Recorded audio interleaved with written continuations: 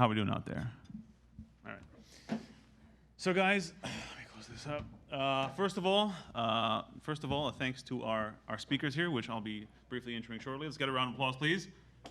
There we go.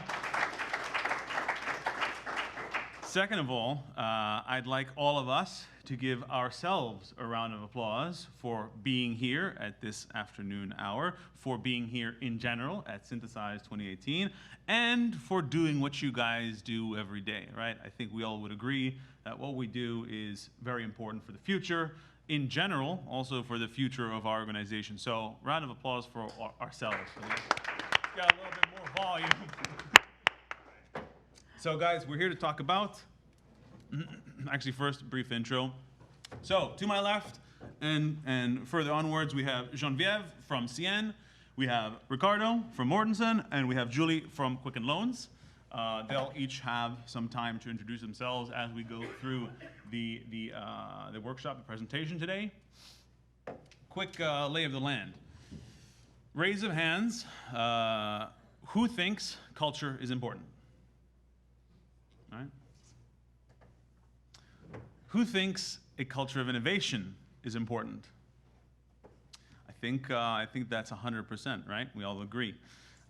Truth of the matter, we're all very right.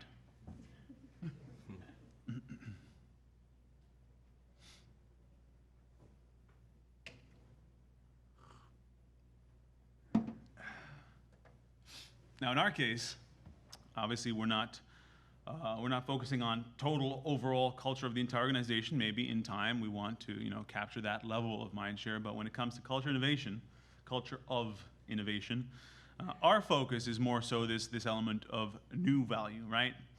The collective capacity of people to create new value, right? Key element over there being that one word, people, right? Now, in pursuing this mission, right, as we progress down our journeys, obviously, we have different options. We can pursue this in different ways, right? Some of you might be running innovation programs, challenges, hackathons, so on and so forth. Maybe you're building out an innovation lab, right?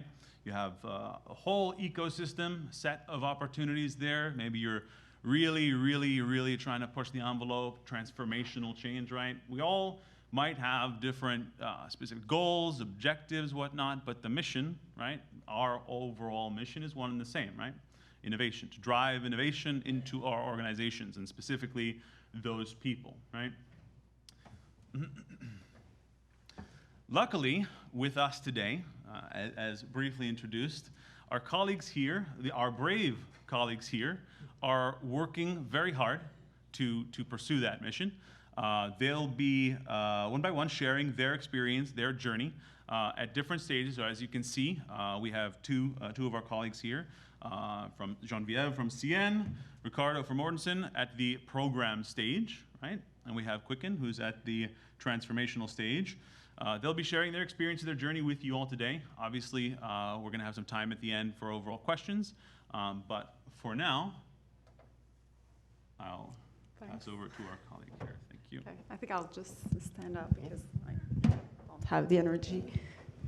So hi, everybody. I'm Geneviève Brun from CN. And I've been with CN for only a year and a half. So, and the program exists only since a year and a half. So that's the challenge I was embarking in with CN. Prior to that, so I have an engineering background, worked in engineering, doing international projects, mostly in developing countries for 6 years, and then wanting to change the world. So that's probably why I landed into an innovation role afterwards. And then did a bit of management consulting for another 6 years, and now starting this innovation program at CN.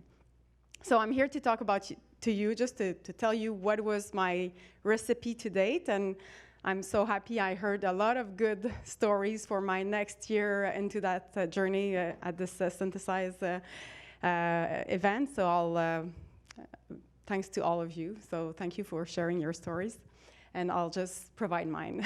So what it takes for our company, what I realized that it took to make it a success. So we had to first have a top-down approach, so executive support, but also a bottom-up approach. So we want employee engagement and how to really create new bonds. So yes, we want to generate ideas, but at the end of the day, it's also creating new bonds between people and connections, so that more ideas will flourish and more projects and more value at the end of the day. Throughout our process, we not only use the platform and systems, but we also put a lot of emphasis on creating face-to-face meeting and always communicate back to our employees to communicate the results, to promote engagement, to promote participation. So always communicating and have a strong brand internally to really catch the eye and make it a difference. So let's jump in. So CN is a Canadian national. So it's, for those who don't know, we are a railroad company. We transport goods throughout North America, but also externally like through partnership with shippers and things like that. So it's a very broad company, 23,000 employees, of which almost like 80% are in the field, in remote areas, no access to internet, no access to a laptop or any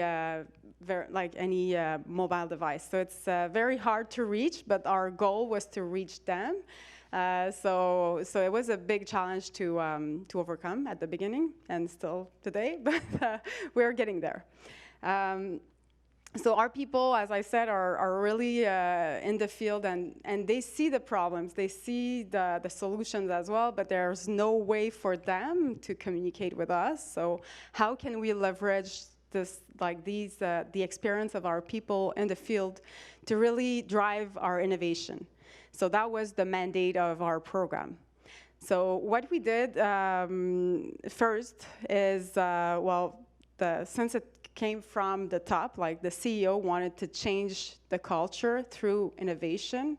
So he wanted to embrace innovation with the people, to really foster their ideas. So first we did is create a brand. So our brand is activate your ideas at work. And we created a really distinct look and feel that this is not a bit like the high hub that we saw yesterday. It's really distinctive and it's different from the normal CN, very corporate, very traditional type of look. And we want to disrupt the mind so that we get the attention. So I will show you a quick video that just shows our first challenge, like how we laid it out and how we made it happen. And then I'll walk you through each of the steps that we did. So here's...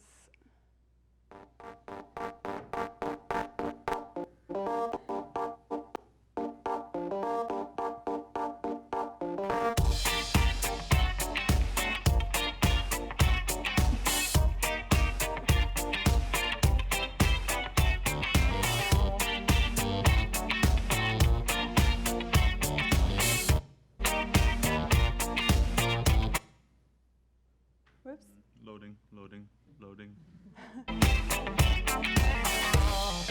La sécurité, c'est important pour moi parce que, surtout dans notre domaine d'activité, les incidents peuvent avoir des conséquences désastreuses sur les familles, les employés, le public en général et l'environnement. Safety. Loading. Come on, Wi-Fi, you got this.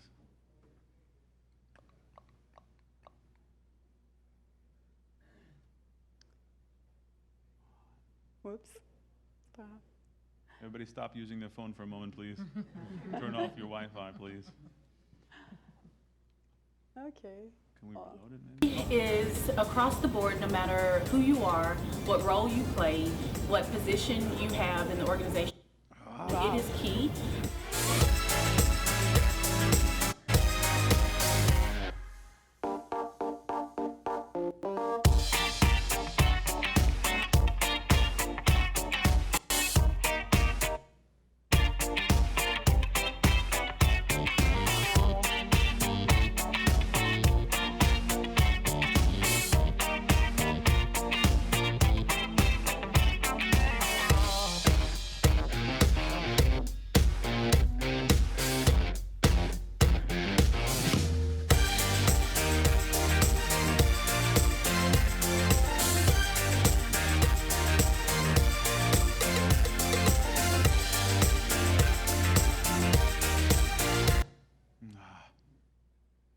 almost done.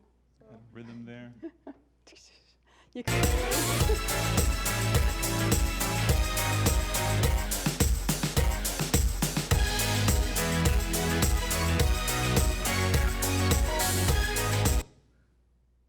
The goal. Number 1, engage. Do you want it to stop? Let's give it 5, 4. Okay. Fine. Okay, so you won't see the final The finale. finality of it, but I'll walk you through the key elements of the process anyway.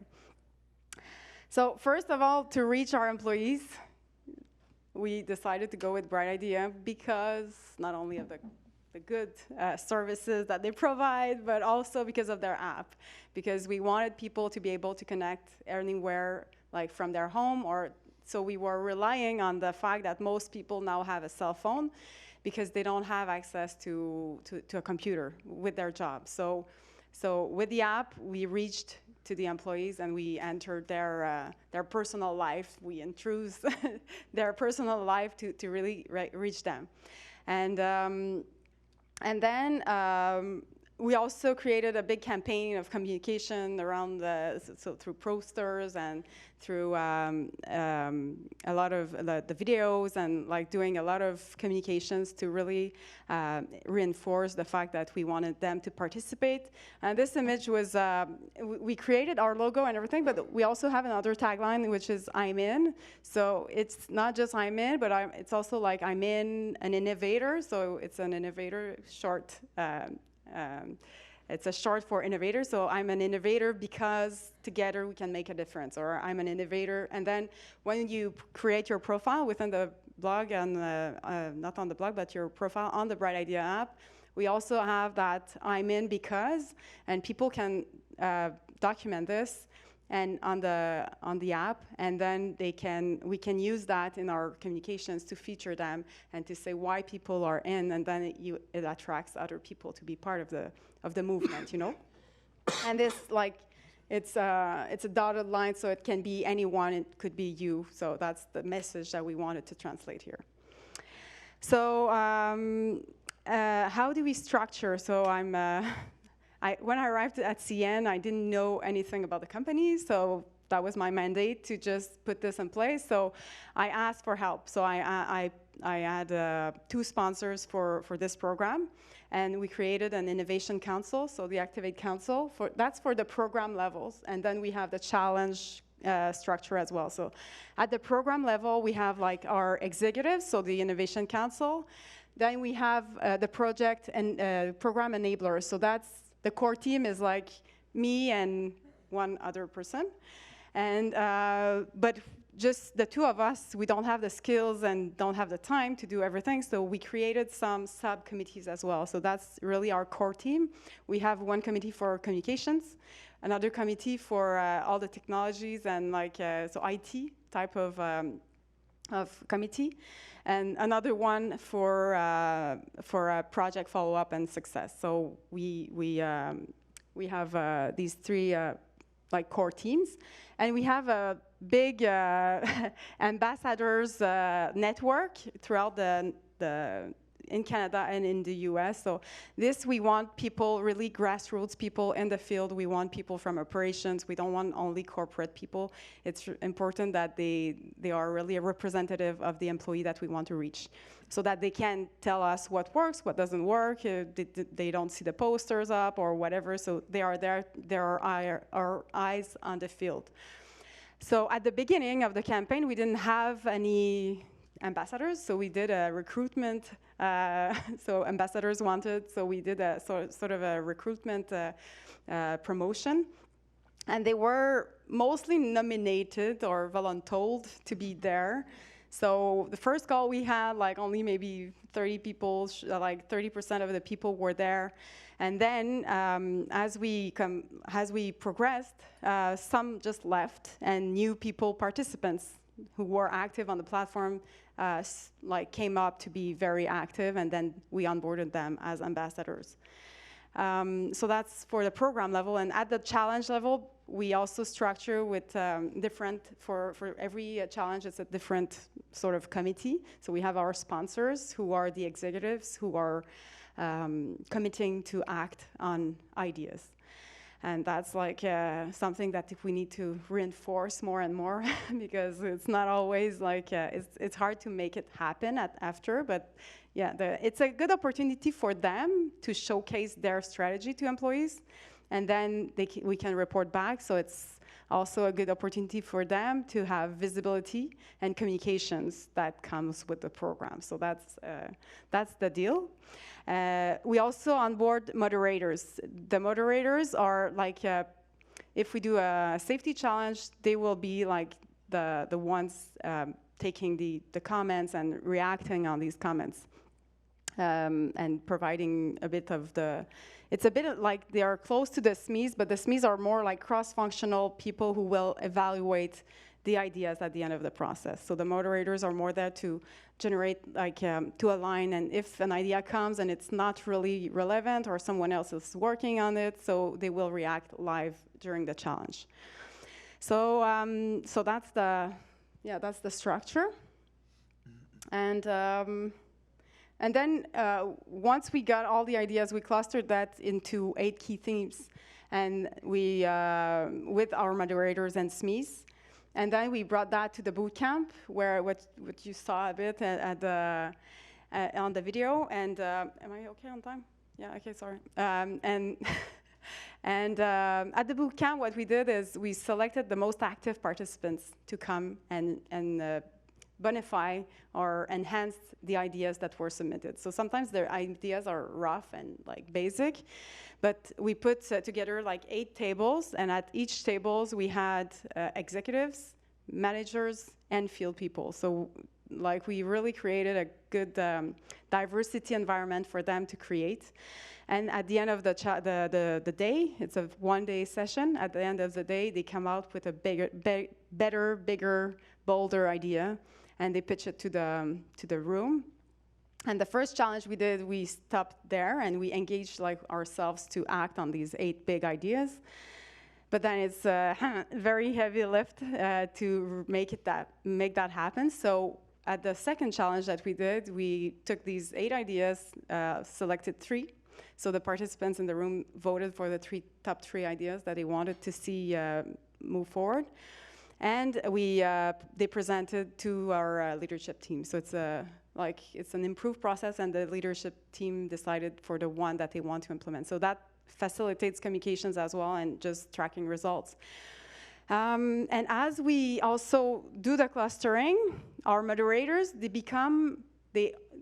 since they help us sort and look at the ideas, they become a bit of the owners of the quick hits. So those other ideas that are not big, there are some that they saw and they said, well, I should be able to do it. I'll do it. So then they really take the accountability as we move in the process. So we don't need to push the idea back to them.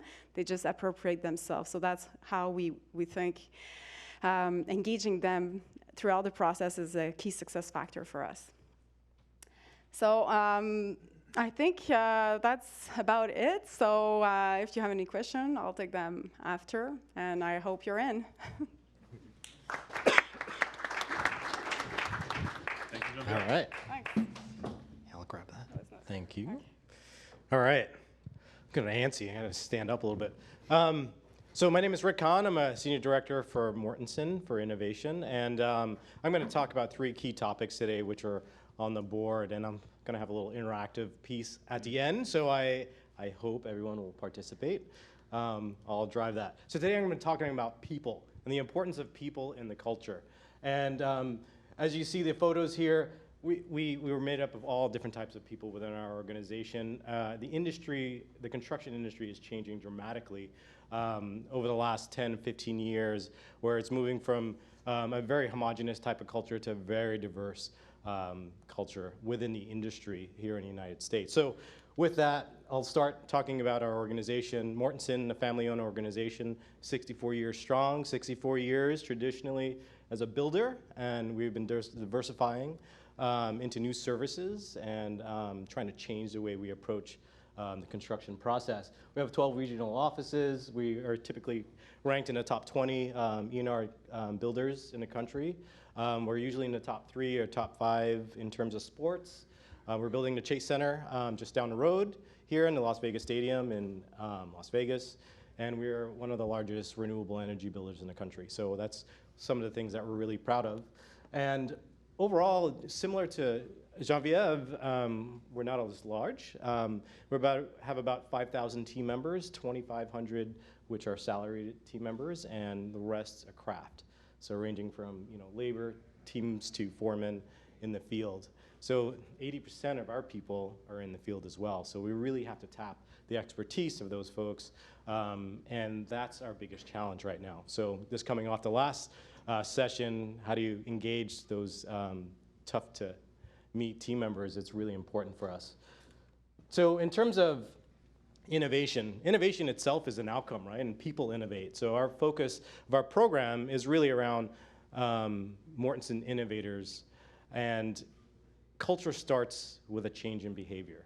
Once you drive a change in behavior, your attitude starts to change. And once your attitude starts to change, and that starts to multiply across the business, then the culture starts to change. So I'm going to be talking about the 3 kind of mission objectives we have that will drive that change in culture. And it starts with 1, to inspire our team members. 2 is to engage them in a new way. And 3 is to partner. And I'll touch on each one of those in just a minute. So behavior never lies. In terms of what we think about how do we drive a change in behavior, it starts with inspiring our peoples and teams. And it's moving from a yes but framework. The construction industry, I grew up in the field, and when I had ideas, and my superintendent and foreman and the craft folks that I work with, the ideas were just squashed. Yeah, but we tried that 5 years ago. That didn't work. Nope. Stop. That's how it was back then, about 15 years ago. But now things are changing. The framework is changing from a yes but to a yes and. Hey, we should try that, but it's on you if it messes up, right? So it's about recognizing our team members. Innovation is not new within our organization. Our brand is really generated around innovation and us approaching these projects in unique ways to deliver results. And the thing that we haven't done well, because we have about 200 projects across the country, they're all remote. Well, some of them are remote, some are right in the middle of cities. But we haven't recognized the team members for the contributions toward innovation. From the small incremental to the large, new things that they're contributing to. And finally, and third is really around sharing those stories both internally and externally. And I'm going to show a quick example of how we're starting to do that. And finally, the most important piece, which I heard over and over the last couple of days, was educate to innovate. Innovation is a new set of muscles. And we've been on our lean journey for the last 15 years, and we're still on that journey. But innovation is a little different concept, and how we might think about the horizons 10 to 15 years from now, and what we might be doing now to reach that third state horizon. So our team member role is to learn and educate others. It's really to start that change in behavior. So the video example that I have is a template we built, and we're building 2 videos a month, and we're requesting feedback from project teams across the country to tell a quick story about what they're doing to contribute to innovation.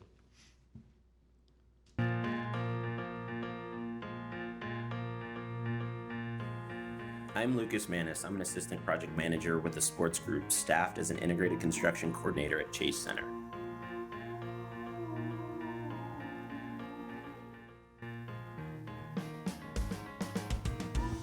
On this job, we didn't have the resources of the abundance of team members that would have the ability to update the color progress maps every single day. So instead, we chose to do it digitally by aggregating data that already existed. Why do something twice when the information was already available? We just needed to update how we were showing it.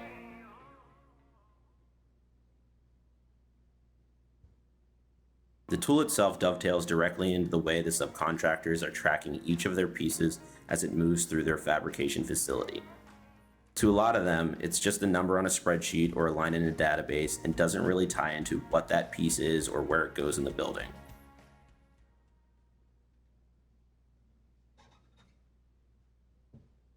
I was inspired to take this on for two reasons.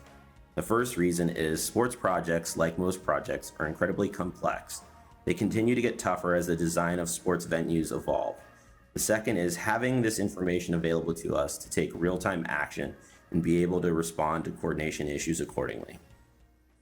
So as you can see, it's not this professional thing. It was a template we built. It takes 8 hours, is about a tack time of 8 hours from start to finish. We do phone interviews. We ask the team member to send us some images, and this Lucas sent us some video capture from his computer monitor, and we shared this, had about 200 views, and out of 5,000 team members is not a lot. However, this idea has been scaled now to not just sports project, but small tenant fit outs and a lot of different types of projects across the country. So it's really about when you start to recognize people for their small contributions and what value can it provide to the larger organization.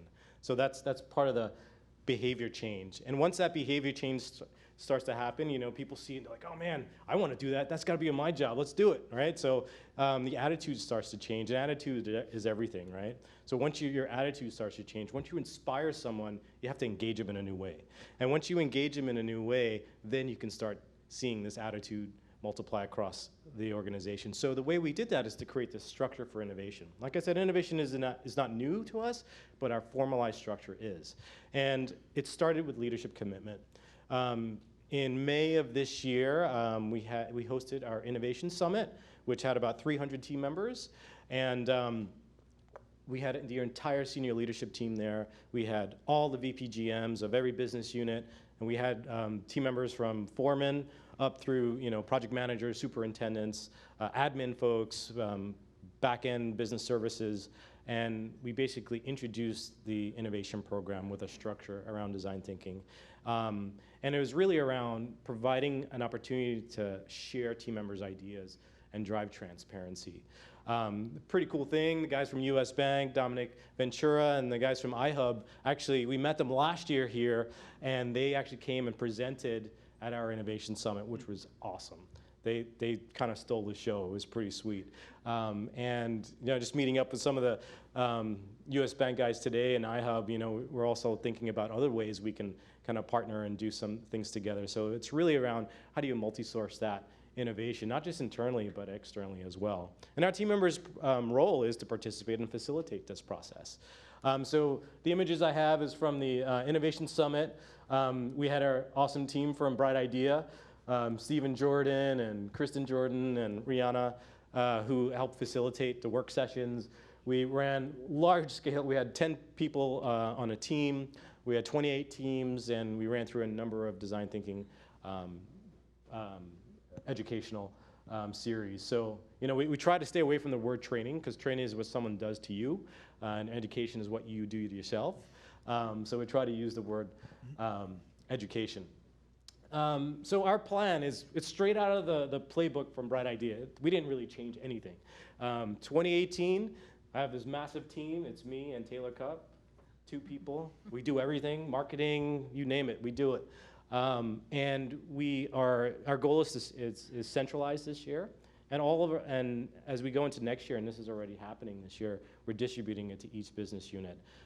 So our lean journey has been, like I said before, it's been around for about 15 years. So we have about 24 lean champions in each operating, and within the operating groups, and they're moving to become champions for innovation for us to scale and distribute our innovation model. And then by 2020, our goal is to have sustain that concept throughout. This year, our goal is to run 2 to 4 challenges, and in 3 and 4 months since May, we've run 4 challenges, and they're at different levels. We realized that one of the biggest challenges is, we can ideate and come up with ideas. I've heard that's a typical thing, right, in any organization. The challenge is implementing it. We're not set up to implement. We don't have software developers. We don't have hardware developers. We're not inventing equipment. We're a construction company, right? So we have to partner, which ties into the next step. But this is some of the things that we've been able to do. Those videos, this was a couple of weeks ago when I presented this to leadership. We're now at 16 videos. We're having videos coming. We have a backlog, so I'm building my team to to be able to generate those and teaching others how to do that across the company. We integrated with our Grow and Expand pipeline, which is part of the transformation side of the business. That's been a process that's been going on to generate new business services and new businesses. And then formalizing engagements, partnership engagements with customers and vendors on the market. So this way we can bring to bear some of these innovations. And finally, the third part that rounds it all together is innovation requires partnerships. It's about connecting your ideas, our team members' ideas, to capabilities, whether that's capabilities internally or externally. And most of the time, it's going to be external capabilities. It's tackling those big problems together. And it's really around how do we formalize those partnerships. And I really enjoyed excuse me, some of the presentations that talked about the ecosystem and how organizations are partnering with even their competitors. We heard from Clorox. And I was talking to some of my friends from DPR today, thinking like we need to start doing things like that as a series of organizations within our industry to really drive innovation forward. So the video I'm going to show is a quick video about one of the examples of when we partner with other organizations. It was around augmented reality, and the business problem we're trying to address is this growing shortage of craft labor. Our industry we're having less and less people going to our industry. A lot of the unskilled craft, they rather work at McDonald's than work on a solar field in the hot sun. The salary is about the same, but shoot, I'll work in the air condition versus working out in the hot sun. So we're grappling with that. So we're trying to find new ways to expedite the learning process and actually provide worker instructions just in time. So this was one example of that.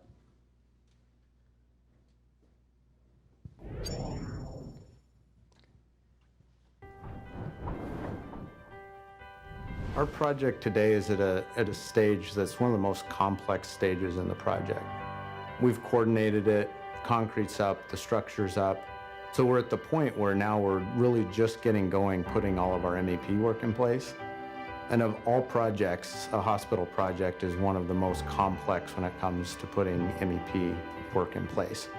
So by looking at the helmet today and seeing those scopes in the context of where they were going in, it was really interesting to see what was installed and what's going to be installed tomorrow, from electrical to plumbing to ductwork.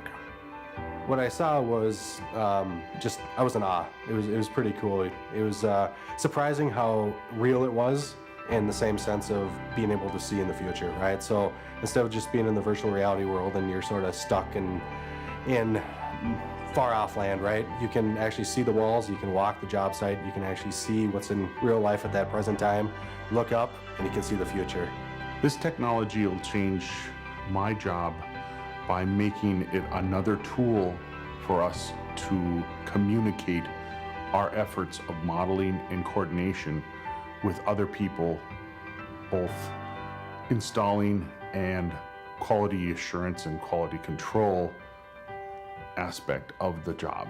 Well, the biggest problem that we run into is just the coordination effort. Everybody's trying to get as much components and their equipment into a small, limited space. So anytime that you can bring tools such as the daiquiri helmet to allow you to see that stuff would be a benefit.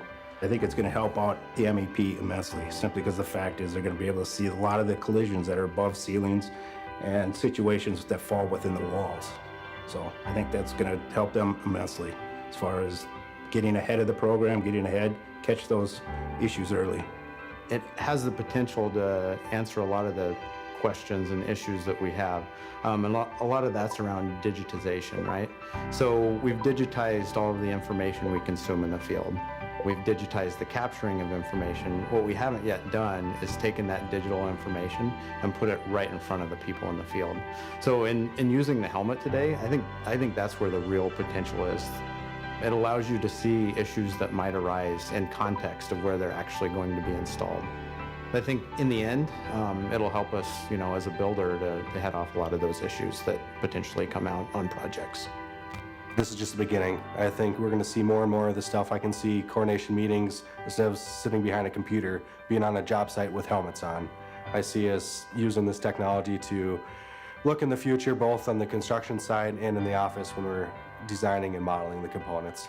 to physically be out there in the field and put 2 and 2 together, it helps out. It gets pretty exciting when you start to think about the IoT boom and having a lot of connected sensors, information on the job site that we don't have today.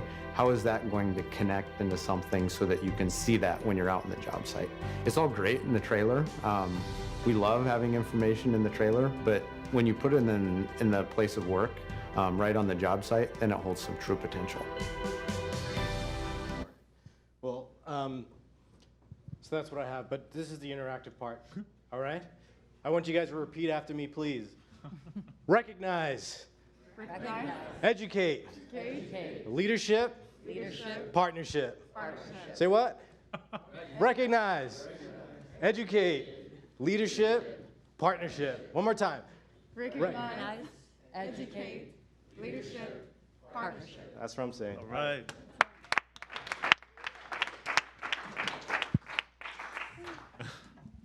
Thank you, Ricardo. You too, yeah. Boom. Got it, got it. Hopefully you guys are all still with us for this last part of the presentation. Last but not least.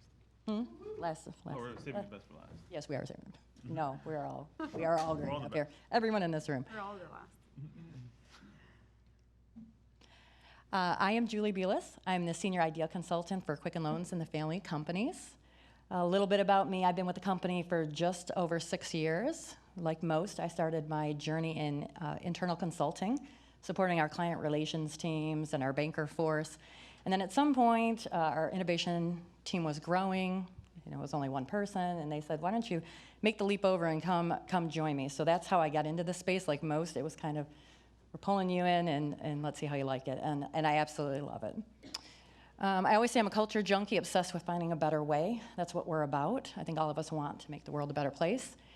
And here is really 3 key pieces of innovation that really speak to me personally. A strong culture is an ante to play. I honestly believe that you cannot have a great innovation program without having the base of a great culture. You need to have your team members engaged. Team member empowerment can be driven through innovation. This has been a big piece for us this last year, especially as we've grown as a company, as we've added more companies to our portfolio, is really how do we keep team members engaged, but really teach them about empowerment. You don't always have to go to somebody else. Sometimes the greatest ideas and the greatest implementations come from somebody going out there and just saying, I'm gonna be the first one, I'm gonna do this, I'm gonna do it, and gather up a group of people and get it to implementation. And finally, I'll talk about it a little later in the presentation, utilizing a community-based concept to scale your innovation program. Like most, we're a small team. We have 4. We're supporting 115 business areas across the company right now. And we're at a point where we want to focus more on the strategy, the platform, all the great things that we've heard about today. Start, dabbling in other areas of innovation, using the apps that Bright Idea has to offer. And to do that, we need to kind of offload some of that day-to-day workload back to the business area so we can focus on the innovation. Does anyone, by a show of hands, know who the person in this picture is at the Cavs game? Okay, you guys don't count. Anybody in here? No? Okay, then I will let you know. This is our founder, CEO, president, owner, Dan Gilbert. That's him and his son at Cavs, one of our first championship games.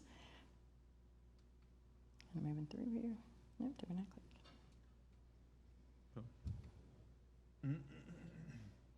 One of the things I can say about Dan is anyone that gets a chance to meet him and work with his team, we are definitely lucky people. When you meet Dan, the first thing that strikes you is that a lot of people have great ideas and a lot of people can drive to implementation, but Dan is a true visionary. I've never met someone that can look at any situation and just see the biggest picture out there. It's not just about being a dreamer, because I think a lot of people have dreams and they have ideas, but it's really seeing the big picture about how you can make it happen. I think we've seen it with the revitalization of Detroit, with the growth of our company, and it's just been a very interesting journey. One of the things that Dan is super passionate about is something that we call isms. So for those of you that may not know, when Dan laid the foundation of the company, he realized that you cannot have a great company without a great culture. And with a great culture, you have very happy team members. So it's something near and dear to his heart, and it's something that it really is the basis of our entire family of companies. In fact, we believe in it so strongly that what you're seeing here are some pictures from our ISMS Day. Not only do we have a book, which we distribute to all new team members, and that's great. You can have someone read through a book, maybe page through it as they onboard. But it is so important to Dan that him and the senior leadership team take all new team members off the floor for 8 hours to an off-site, and they literally walk through all 19 of our isms. For us, the isms are our guiding principle. It's about how we work, how we interact, and what we stand for. And Dan is so passionate about that we walk through each ism. What does it mean? How can you apply it to your journey with us? And here you see Bill Emerson, our former CEO of Quicken Loans and now kind of our chairman, walking through it. Team members, they have their isms books on the table. They're going through presentations, and every single senior leader is walking through examples. And not just examples about us and what we stand for as a company, but they also highlight what other companies are doing well. So it's just a nice interactive experience because we're not just talking about us, we're talking about great companies, great culture. Shameless plug at the end here, you'll see Simon, our mascot. This is our overarching team. I'm on what's called Cheese Factory, so we're getting cheddar or ideas from team members. But overarching our group is called Mousetrap. So Mousetrap, just like the game, if you played it as a child, it's about finding a better way. And that is our mascot, Simon. Yep, he's our guy. Yep, he's a mouse, not a rat. People ask me that all the time. But this is the reason that we have this tie-in for culture here to Simon and to Cheese Factory is because you're telling team members, we have this great culture, you have a voice, but we're also promoting Cheese Factory, which is our application and how we receive team member ideas. So it's just a great tie-in that the minute you walk in the door, we're already talking to you about innovation. Innovation just doesn't stop with our ISMS books and training, because a lot of companies do a great job of that. This is actually one of our banking directors. This is a space. This is actually the office that I'm currently located in Detroit. But you'll see this out, throughout our entire company. We have a really fun work environment. We work with our Depop group, which is our internal design group. We have, sit to see on desks. We don't have cubicle walls or something really low for the space. Yes, it's true, we have free snacks and free Slurpees and all that fun stuff. But what speaks to this from a cultural perspective is just the fact that everyone is expected to work together, to have a collaboration, and to really just support each other. So this picture here, this is actually one of our banking leaders. He had a contest going on with his bankers that if they hit goal at the last hour of the day, he would challenge them to a big wheel race. We have big wheels and scooters and all kinds of fun stuff to ride. So you see him racing down the hallway. He did win, by the way. But this is real, just speaking to fun and culture and the fact that, everybody works really hard and it is hard work every day, but you can still have some fun. I also wanted to just highlight here at the bottom team members. So I know Rick touched on this and we do this as well. We think that words matter. At the end of the day, again, plays back to your culture. We don't have employees, we have team members. We don't have bosses, we have leaders. We don't have business departments, we have business areas. So again, just keep tying it together and really, again, just Dan's vision of making sure that the great company culture continues to drive us forward. Diving into a little bit about what I do on a day-to-day basis. This is actually our cheese factory. We call it the cheese factory. Notice the word factory. So as George mentioned, we've been in this space for a while. We've had a program for about 10 years, the last 6 as a client of Bright Ideas. So I think we have this pretty down pat when it comes to how we get in team member ideas. But just in this past year, we've decided, we kind of had the same site and the same process, so we decided to engage with George and the services team and really do an overhaul. So what you're looking at is our brand new enterprise-wide homepage. And as part of this redesign I talked about a little earlier, we rolled out the concept of communities. So right now I'm in the process of doing the trainer session. So we've gone out to each of our business areas and said, who's your person? We need a person that will, in essence, do what myself and my team are doing today, and they will own the admin portion of handling all the ideas, getting prioritization, getting it to implementation. Again, that's how we're working through scaling up our program is we'll work on the strategy piece of it, kind of the overarching umbrella, and then for the rest of the community owners, they'll own the ideas. It's even great from a culture perspective, because who better to work on ideas than the team members that are in your own areas And they're the ones that see, they know what's going on with the business, they know what can and can't be done right now, or things that might be in the hopper. So I think it'll be a great win for culture and team member experience to know that somebody in your group is going to work on your ideas. You think it would be simple. This is actually our new process that we just rolled out in May. Like everybody else has been saying the last 2 days of the conference, sometimes innovation is hard. And I want to give a quick shout out to George, because you can't imagine how many drafts of this we did before we landed on the final one. So just to highlight a few things, it starts, like everybody else, filling the funnel, idea submissions. Right now we have about 17,000 team members that have access to the site. Some of our other teams don't have access simply because of things like our casinos and gaming license. We have some regulations that we have to follow with that. In the past year, we've received in about 8,000 ideas on that platform. So it seems, it's interesting because sometimes when I throw out that number, people are like, wow, that's a big number, but to us it seems small. Just highlighting too, so we put something in place the past year to help the culture and team member experience. We got some feedback from team members that said, I feel like I'm not getting enough updates on my idea. Like I understand that you're a small team, but you know, to the team member, their idea, it's their baby, it's important to them, they want to hear about it. So we did put some service level agreements in place. We published it to the company. It's a standard that we live by in the team, so we do have a 24-hour response time. So when you submit an idea to our platform, within 24 hours, we're thanking you for your submission, thank you for visiting the site, and we're giving you an update on the next steps.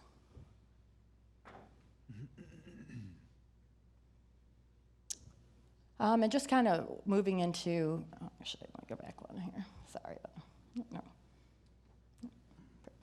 So kind of moving into our next phase of our new process design, it was about some decision hubs. Like most people, sometimes you can't always make a yes or no decision to pursue an idea on the first pass. So we do still have some decision hubs in place.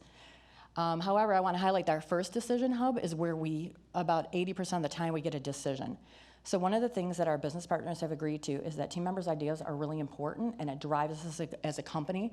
So they've committed a service level agreement back to us saying within 30 days I will tell you whether or not we're going to pursue this idea. Huge, huge culture and team member win, because team members are like, wow, like somebody reviewed my idea, they gave me an answer, and I know where we stand with it. We also have two other steps, exploration and deep dive. So a lot of times you do get in ideas, you're not quite sure what the team member was asking for, or you don't know what the metrics are around it, so we do have some stages built in to dig into ideas further. Our team right now is taking on that role, but again, in the future, we feel like it'll be the community owners, as we call them, digging into it. This has probably been the biggest thing that we've added the last year. So we added something called an ambassador review, and I think I've heard it in a few of the breakout sessions as well.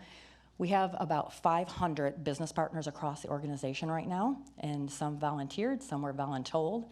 And those folks are in the business every day. They're usually someone who's a subject matter expert, or perhaps somebody who's a technology expert who's going after tech prioritization.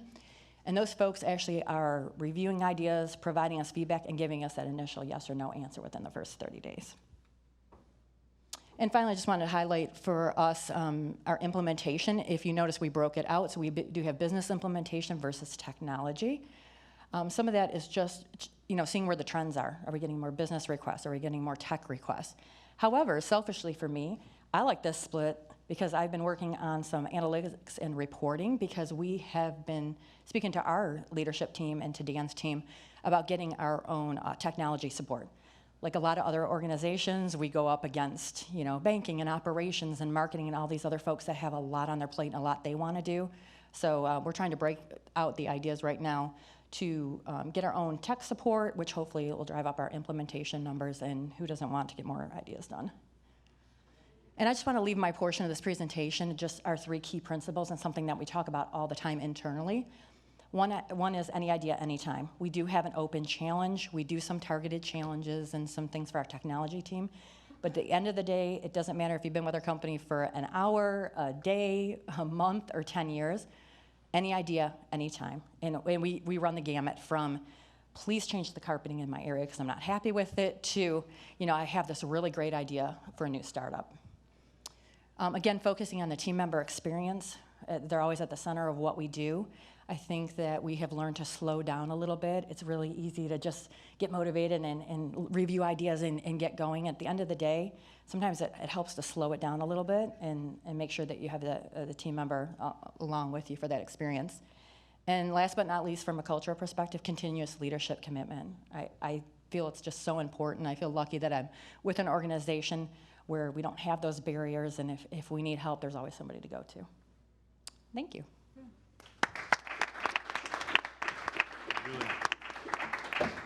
All right, so let's get one more round of applause for our speakers because they're all very awesome. As you guys we are a little bit short on time, so I'm going to just jump into it with the Q&A piece here. So, anybody have any questions? Mic person? There we go. Question for Julie. We've got an organization of about 10,000 people, and one of the things we're really looking into is managing the pipeline of ideas for that many people, because we really want the ideas from people at the engagement level of, they're meeting with the client, they have that direct contact, but, if we're asking them to put 10,000 ideas into the Bright Idea platform, obviously you had a very structured plan. How did you get that in place? How do you filter through those ideas? 24 hours is a really amazingly quick turnaround time. How do you filter through that and determine who reviews those? That's a great question. I think one of the things that my team has benefited from is we actually do have role specialization. So for the 4 of us on the team that are idea consultants, we actually specialize by business area. Most of us grew up in the organization and had some prior business area experience, so we try to pair people up. For instance, Terrence on my team was with banking, so we have him support the banking. I think that's been a huge help because you already have that business knowledge and you're building business relationships, and I actually think you get through ideas faster because you're continually working on that same business area. I think it also helps with us being under our internal consulting team, so I can literally walk over to the next desk of the person I know who's supporting that business area for their insight and help on ideas. But yeah, I think the role specialization has helped us greatly in that. But I also give a shout out to the site and to the services team here at Bright Idea with the new site redesign. The one thing we were struggling with was things that were nice to have, like, I want new snacks in the kitchen, or I want you to renovate my bathroom, versus like the true business impact. So we actually did, as part of our site redesign, we split it apart. So what's great about doing that is on the nice to have, we're starting to get engagement from folks from our Bedrock, our building management team, our Focus, our facilities team. We're letting them handle those ideas so we can get through the other ones a little quicker. So just something to consider, I think, just breaking it apart like that, a nice to have versus business impact, and maybe some role specialization, it may help. But it's a struggle sometimes. I mean, sometimes there's days where you want to tear your hair out. So then is that something that you're able to filter on the platform as it comes in, or do you have a dedicated team then that kind of looks through ideas as they come in? Yeah, great question. So before we did this redesign, we had that. It was just all in one, all 115 business areas were in one single challenge, and we were trying to filter through it and look for the ideas that pertain to us as idea consultants. But with this new rollout and this new process, we actually built out 23 different challenges. So in essence, we're almost putting the work on the team member. So if I have a banking idea, I go to the banking challenge. If I have a bedrock or a parking idea, I go to this one. What's great about that, not only are we capturing it in one space, so you don't have to work through one huge challenge, but as we start to roll out communities, that's, it works out great from a structure perspective, because I can just say, hey, Rick, you're my new person for Bedrock, and here's the challenge. So I think breaking out the challenges has been a big win for us, too. Thank you. You're welcome. Any other questions? It's interesting. So I'll ask a question then. So Rick, test. So while we were talking a couple weeks ago and we were working on this content, you started talking about the videos, right? And you shared a little bit of that today, that you created that video that we just watched, and you've built this method of creating videos. You said it's in about an 8-hour end-to-end. Something that I struggle with as part of the consulting team is trying to guide my clients to use videos as a form of communication. Obviously, we all know online, videos are very, picture speaks 1,000 words, and a video has 1,000 pictures, or something like that, right?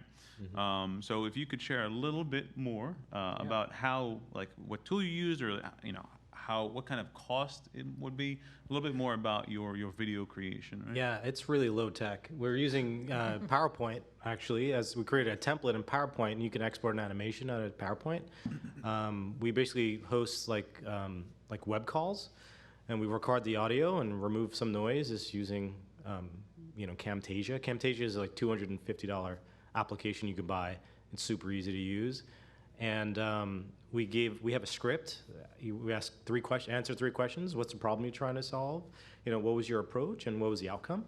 So we try to make it super easy. And like you see, like what you saw there, all the post-production, it's all baked in. All those animations are all baked in. You just go to the next slide, and we asked the team member to basically send us whatever you have, pictures, and then we'll fill it in with B-roll stuff. So we just bought access to a library, the Adobe Creative Suite library, and we just put all kinds of stuff in there.